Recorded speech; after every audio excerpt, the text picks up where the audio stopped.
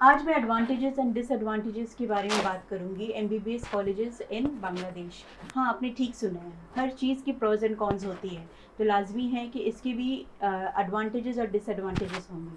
So let's start with the advantages. The number one is all the colleges in Bangladesh are NMC and WHO recognized, जो हम Indians के लिए बहुत अहम रखता है और बहुत मायने रखता है।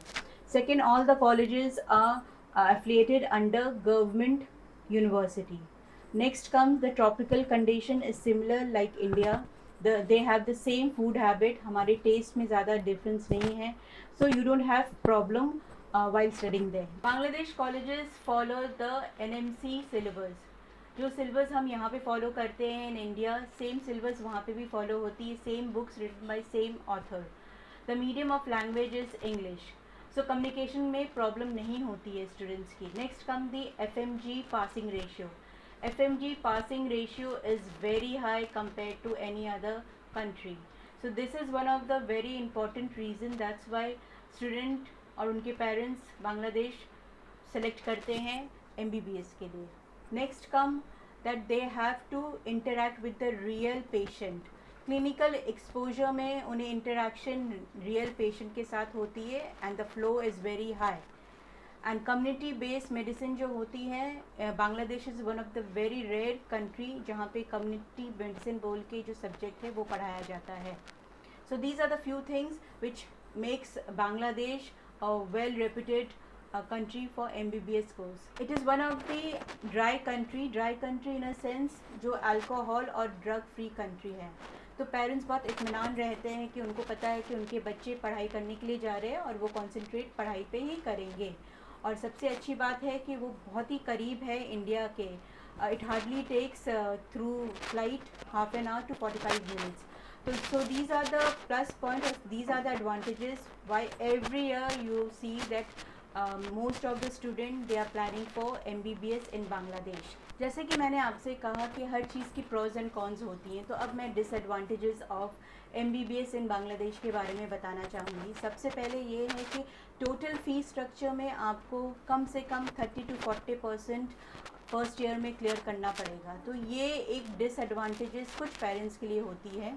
Second is that there is no night life, no bars, no casinos, no pubs for the students.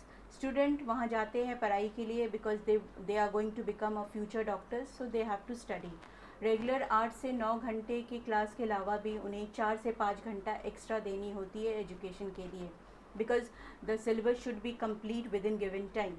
Very limited holidays, no seat relaxation on the basis of category, and you should match the eligibility criteria. They are very strict about eligibility criteria, वो fulfil आप करोगे तभी आपको admission Bangladesh में मिल सकती है।